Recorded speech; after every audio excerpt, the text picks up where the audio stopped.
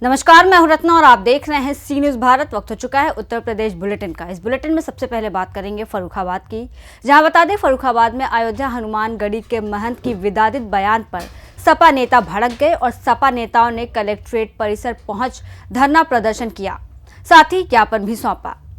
खबर फर्रुखाबाद से, जहां अयोध्या हनुमानगढ़ी के महंत के विवादित बयान पर भड़के सपा नेताओं ने कलेक्ट्रेट परिसर पहुंचकर किया धरना प्रदर्शन और सौंपा ज्ञापन। सपा प्रदेश कार्यकारिणी के सदस्य विजय यादव बोले, महंत पर मुकदमा दर्ज कर कार्रवाई की जाए। महंत राजू दास ने सपा संस्थापक मुलायम सिंह यादव पर विवादित बयान दिया है। मुलायम सिंह यादव की कुंभ में स्थापित मूर्ति का अपमान किया है। कुंभ में आने वाले अभद्र असामाजिक अपील की कि विजय यादव बोले, समाज में बिगड़े हुए माहौल को सुधारने के लिए महंत पर मुकदमा दर्ज किया जाए। सपा नेताओं ने जिलाधिकारी को ज्ञापन सौंपकर कार्रवाई की मांग की है। समाजवादी के प्रदेश सचिव डॉक्टर जितेंद्र सिंह यादव, सपा में एकमात्र बड़ा दलित चेहरा कहे जाने वाले पूर्व मंत्री सर्वेश अम्बेडकर भी रहे मौजूद। फतेहगढ़ कलेक्ट्रेट परिसर का ये पूरा मामला बताया जा रहा है। समाजवादी पार्टी के संस्थापक माननीय मुलायम सिंह यादव जी, जो इस देश के रक्षा मंत्री रहे हैं, कई बार मुख्यमंत्री रहे, पद्म विभूषण से उनको सम्मानित किया गया।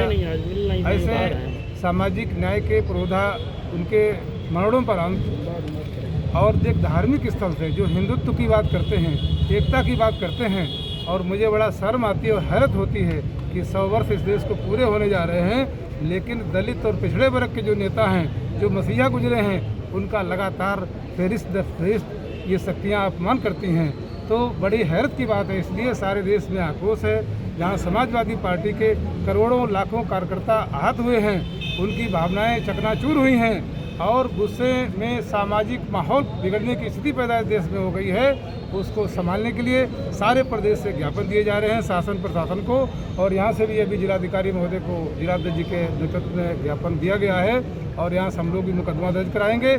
इस तरह की पुनरावृत्ति किसी भी नेता के साथ न हो। और जो हिंदुत्व की बात करते हैं, मैं उनसे कहता हूँ, पहले एक मोहल्ला तो हिंदू बना के देख लो। तुम पिछड़ों का, दलितों, नेताओं का, मसीहाओं का अपमान करना बंद नहीं करते हो और दूसरी तरफ हिंदुत्व की बात करते हो। कैसे तुम धार्मिक लोग हो, धार्मिक स्थल पे हो, संगम पे बैठे हो, भगवान से डायरेक्ट तुम्हारा संबंध है, लेकिन हम लोगों से रंजिश अपमानित करने से आप बाज नहीं आ रहे हैं। फर्रुखाबाद से सी न्यूज़ संवाददाता आदेश की रिपोर्ट। बात करेंगे ललितपुर की, जहां बता दें ललितपुर में राज्य महिला आयोग की सदस्य ने महिला कल्याण विभाग के अंतर्गत चाइल्ड हेल्पलाइन का किया औचक निरीक्षण। ललितपुर के सिविल लाइन एसपी बंगले के बगल में स्थित महिला कल्याण विभाग चाइल्ड हेल्पलाइन ऑफिस का महिला आयोग की सदस्य अर्चना पटेल ने औचक निरीक्षण किया। इस दौरान उपस्थित रजिस्टर के साथ कर्मचारियों से पूछताछ की। पूछताछ के दौरान महिला कर्मचारियों के उत्पीड़न का मामला आया सामने। चाइल्ड हेल्पलाइन में नियुक्त कर्मचारियों में महिला कर्मचारियों की संख्या को बढ़ाने के लिए जिला प्रोबेशन अधिकारी नंदलाल सिंह को दिए निर्देश और कहा कि कम से कम यहां आधे का रेशियो होना चाहिए, जहां आधी महिला कर्मचारी, आधे पुरुष कर्मचारी। राज्य महिला आयोग की सदस्य अर्चना पटेल ने बारीकी के साथ ऑफिस दस्तावेजों का अवलोकन किया। साथ ही एक महिला कर्मचारी एवं पुरुष कर्मचारियों का मामला भी सामने आया, जिसको लेकर दोनों पक्षों को बारीकी से सुना गया। ये मामला काफी पहले से चल रहा है। ललितपुर जिले के आला अधिकारियों एवं राज्य मंत्री तक ये मामला पहुंच गया है, लेकिन आरोप प्रत्यारोप का दौर जारी है। महिला आयोग के सदस्य ने मामला सुलझाने की बहुत कोशिश की, लेकिन मामला नहीं सुलझा। वहीं पुरुष कर्मचारियों ने नहीं मानी महिला आयोग के सदस्य की बात, जबकि महिला अपनी शिकायतें वापस लेकर मामले को सुलझाने के लिए भी तैयार थी। आयोग की सदस्य को नाराज होकर जाना पड़ा। महिला कर्मचारी ने अपने आला अधिकारी पर बदनाम करने के आरोप लगाए। अब देखने वाली बात यह होगी कि इन कर्मचारियों का विवाद कहां तक चलता है और ये शांत होगा या विवाद आगे किस मोड़ तक जाएगा। जी, आपका निरीक्षण रहा है, क्या आपने देखा और क्या निर्देश दिए हैं? देखो, सबसे पहले तो मीडिया आपके लिए बहुत बहुत धन्यवाद। मेरा औचक निरीक्षण माननीय मेरे अध्यक्ष जी के संज्ञान में था। उन्हीं के आदेश पर मैंने आज यहाँ चाइल्ड केयर का औचक निरीक्षण किया, जिसमें पाया गया कि यहाँ रचना सहगल, जो इन्होंने लैंगिक उत्पीड़न का आरोप लगाया है, जो इनके यहाँ 7 कार्मिक और हैं, तो उसकी जांच चल रही है।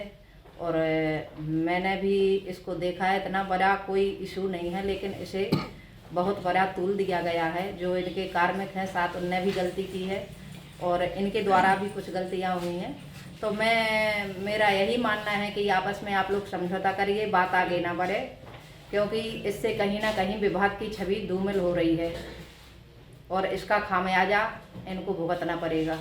आज यहाँ कोई कमियां पाई गई हैं? इसके अलावा भी, इस विवाद के अलावा भी कोई कमियां पाई गई हैं कि सब कारभार ठीक रहा?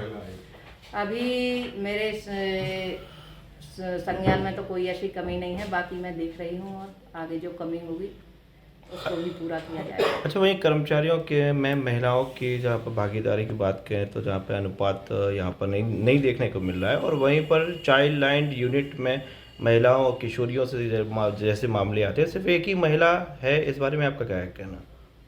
हाँ, मेरे हिसाब से यहाँ महिला कार्मिक की संख्या होनी चाहिए, उसके लिए मैं डीपीओ से बात करूँगी और आगे जो भी होगा उसमें सुधार किया जाएगा। ललितपुर से सी न्यूज संवाददाता विकास सोनी की रिपोर्ट। रुक करेंगे अगली खबर की ओर, जहां बता दें प्रतापगढ़ में स्थानीय विद्यालय रामराज इंटरमीडिएट कॉलेज पट्टी प्रतापगढ़ में सुभाष चंद्र बोस की जयंती मनाई गई।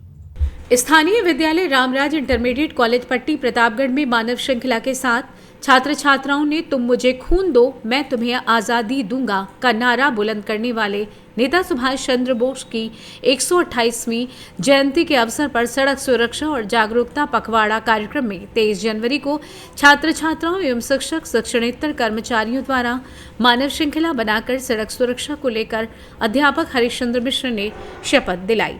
विद्यालय के प्रधानाचार्य रमेश चंद्र मिश्र ने कहा कि सुभाष चंद्र बोस भारत के स्वतंत्रता संग्राम के अग्रणी तथा सबसे बड़े नेता थे। देश की आज़ादी में उनका योगदान अद्वितीय था।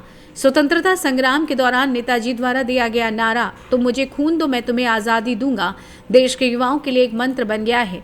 वे युवाओं की प्रेरणा स्रोत के रूप में जाने जाते रहे हैं। आज के दिन हम विद्यालय परिवार की तरफ से उन्हें सच्ची श्रद्धांजलि समर्पित करते हैं। सड़क सुरक्षा को लेकर प्रधानाचार्य ने छात्र छात्राओं को सड़क सुरक्षा के नियमों का पालन करने के लिए प्रेरित किया। कार्यक्रम में सभी शिक्षक शिक्षणेतर कर्मचारी उपस्थित रहे। पट्टी प्रतापगढ़ में सी न्यूज संवाददाता शिव कुमार सोनी की रिपोर्ट। संगम नगरी प्रयागराज महाकुंभ में डॉक्टर विजय माधव का हुआ नगर प्रवेश। माधव मिशन के बैनर तले अनुयायियों और श्रद्धालुओं ने फूलमाला पहनकर जोरदार स्वागत और अभिनंदन किया। संगम नगरी प्रयागराज महाकुंभ में डॉक्टर विजय माधव का हुआ नगर प्रवेश। माधव मिशन के बैनर तले अनुयायियों एवं श्रद्धालुओं ने फूलमाला पहनाकर जोरदार स्वागत व अभिनंदन किया। वहीं महाकुंभ में आए देश विदेश से साधु संत महात्माओं ने सनातन धर्म को आगे बढ़ाने के लिए तरह तरह के यज्ञ और अनुष्ठान कर रहे। पत्रकार वार्ता के दौरान डॉक्टर विजय माधव ने कहा कि सात्वत संप्रदाय व सात्वत धर्म को आगे बढ़ाने के लिए गीता ज्ञान यज्ञ करने का संकल्प लिया और श्रद्धालुओं से अपील की कि वो संगम में आएं, आस्था की डुबकी लगाएं और गीता ज्ञान यज्ञ में सहभागी बने और पुण्य कमाएं। जैसा कि इस बेस पे आप लोग काम कर रहे हैं, ये हमारी संस्था दरअसल सात्वत संप्रदाय से उसकी एक ब्रांच है। माधव कृष्ण के नाम पर ये एक शाखा शुरू की गई है और सन 2000 में सात्वत संप्रदाय जो चल रहा था इसका भगवान श्री कृष्ण ने शुभारंभ किया था। और भगवान श्री कृष्ण के शुभारंभ करने के बाद कुछ ऐसे कर्मकांडी पुरोहितवाद कुछ कर्मकांड बढ़े जिसकी वजह से इस धर्म को इस सात्वत संप्रदाय को दबा दिया गया, क्योंकि भगवान कृष्ण ने बलि प्रथा का विरोध किया और मनोमय यज्ञ का यजन किया कि अपने मन में जो ईर्षा राग द्वेष जो है उनकी आहुति करिए। पंचमेवा अग्नि में जलाने से डालने से हमारे बच्चे बलिष्ठ नहीं होंगे, पिज्जा बर्गर खा के बलिष्ठ नहीं होंगे, कंस जैसे आतताई का वध नहीं कर पाएंगे। इसलिए उन्होंने पंचमेवा वाले यज्ञ का निषेध करके और मनोमय यज्ञ पर बल दिया और जो बहुदेव बात था उसका खंडन करके एकेश्वरवाद की स्थापना की, जिसका ज्वलंत प्रमाण इंद्र पूजा गोवर्धन पूजा का मतलब उस इंद्र पूजा का विरोध किया। कि बहुदेववाद में क्या है कि आदमी इधर उधर अल्प अवधि अल्प वयस, इतनी अवधि भी कम है, हमारे पास टाइम कम है। हर आदमी की उम्र आज 60-70 मान के चलिए, उम्र भी कम है समय भी कम है। इतने अल्प अवधि अल्प वयस में हम इधर उधर भटकते रहेंगे तो हम अपने लक्ष्य को प्राप्त नहीं कर पाएंगे। और भगवान कह रहे हैं कि हमें किसी न किसी तरह से ममे वांशो जीव लोके जीव भूता सनातना, तो तुम मेरा जीव है तो मेरा जीव हमें कहाँ जाना चाहिए? बच्चे को अपने माँ बाप के पास जाना चाहिए ना। वो परम पिता है, तो परम पिता के पास ही हमें जाना चाहिए, लेकिन हम लक्ष्य से भटक जाते हैं। गर्भावस्था से बाहर आने के बाद ही वायदा करके आते हैं, वचन दे के आते हैं कि हम तुम्हारा भजन करेंगे, यजन करेंगे, और पता लगता है कि हम दूसरे अन्य कर्म कांडों में, पाश्चात्य सभ्यता और संस्कृति की चकाचौंध में, आपाधापी में व्यस्त हो जाते हैं और भगवान से कहीं ना कहीं भटक जाते हैं। जबकि भगवान स्वयं कह रहे हैं कि ऐसे किसी अवतार में नहीं कहा गया कि माँ में कम शरणम ब्रज। ऐसे लोग LIC कराते हैं जीवन में, लेकिन कृष्ण जी ने ऐसी LIC करी है कि अहम त्वाम सर्व पापेभ्यो मोक्षयिष्यामि, मैं तेरे सारे ऋण मुक्त कर दूंगा, सारे पापों से मुक्त कर दूंगा, तेरे पे कोई कर्जा ही नहीं रहेगा, और अभी का नहीं, जन्म जन्मांतर तक। तो ऐसी LIC करने वाला अगर हमें बुला रहा है अपनी शरण में, तो हमारा सबका ये कर्तव्य बनता है, मानव जीवन की गरिमा और महिमा इसी में कि हम कृष्ण की शरणागत हों। शरणागत करने के उद्देश्य से 25 साल से लगातार गीता का कार्यक्रम माधव आश्रम में चल रहा है, और बहुत सारे इसके हजारों श्रद्धालु हैं, भक्त हैं जो अभी आज आ नहीं पाए हैं, लेकिन लगातार ये कार्यक्रम 25 साल से सातवां धर्म था, लेकिन किन्हीं कारणोंवश बहुदेववाद के चलते हुए कि लोगों के अपनी रोजगार चलते रहे, इसी वजह से इसका कहीं ठप कर दिया गया, और ठप करने के बाद इसका हम पुनर्जागरण करने में लगे हैं। आप समाज से कोई वो करना चाहते हैं, कोई शुभ संदेश देना चाहते हैं?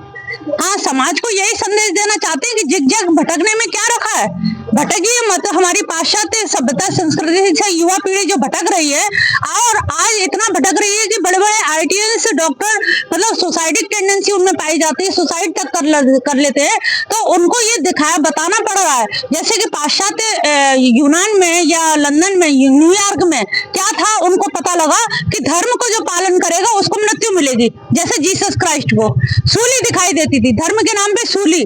सोक्रेटिस को, सुकरात को जहर का प्याला पिलाया गया। तो एक धारणा बन गई थी पाश्चात्य में कि यानी कि जो व्यक्ति धर्म की अच्छी बात, सत्य की बात करेगा, उसके लिए मृत्यु निश्चित है। तो वहां पर एक आंदोलन छेड़ा गया, क्रॉस हटाओ बांसुरी बजाओ। तो क्रॉस हटा करके उन्होंने बांसुरी लाए कि धर्म जो है नृत्य के द्वारा भी हो सकता है, जैसे मीराबाई ने किया, गायन के द्वारा भी हो सकता है, वादन के द्वारा भी हो सकता है। धर्म की नई परिभाषा मिली कृष्ण के, उससे तो वही परिभाषा हम समाज को दे रहे हैं कि पलायनवादिता नहीं है। अर्जुन को उन्होंने इस संसार में रह के, समाज में रह के, परिवार में रह के ही कैसे प्रवृत्ति में निवृत्ति लानी है। पद्म पत्र मिवाम वसा, जो कीचड़ का कमल जो होता है, कीचड़ से बाहर कमल नहीं हो सकता, कीचड़ भी होनी जरूरी है। गंदगी है समाज में, लेकिन समाज, उस गंदे समाज में हम कार्य नहीं कर रहे हैं, और समाज को ये संदेश दे रहे हैं कि कमल खिलेगा तो इसी कीचड़ से खिलेगा, तुम में से ही खिलेगा, क्योंकि वो उसका अंश ममेवांश का है ना, उसका अंश तुम्हारे अंदर है, और वो अंश है तो वो सत्यचित आनंद स्वरूप है, उसका स्वरूप ही आनंद स्वरूप है। तो हम दुखी सब क्यों हैं? हम दुखी हैं अज्ञान के कारण। तो इस दुख का निवारण हम सत्य के द्वारा, गीता के द्वारा ये संदेश देते हैं कि दुख जो है स्वयं बनाया हुआ दुख है। तो हम दुख से कैसे मुक्ति पाएं? अगर कृष्ण की शरण में जाएंगे तो हमें उनसे मुक्ति मिलेगी निसंदेह। ये है मेरा। आज आपका आगमन यहाँ शिविर में हुआ है, आगे का क्या कार्यक्रम रह गया? आने वाले श्रद्धालुओं को क्या कहना चाहेंगे? मेरा आगे का कार्यक्रम से परसों जैसी व्यवस्था यहाँ हो जाती है, 5 बजे से 7 बजे तक का गीता पे प्रवचन रहेगा, और श्रद्धालुओं को यही संदेश देना है कि जो इधर उधर भटक रहे हैं और जिनका चित्त दिग्भ्रमित रहता है, मन को अशांति होती है, वो काहे के लिए भटक रहे? कामनाओं की पूर्ति के लिए, पुत्र हो जाए, बेटी का विवाह हो जाए, मकान। प्रयागराज से सीएम संवाददाता रणविजय की रिपोर्ट। फिलहाल इस बुलेटिन में बस इतना ही। देश और दुनिया की तमाम बड़ी खबरों के लिए देखते रहिए सी न्यूज़ भारत।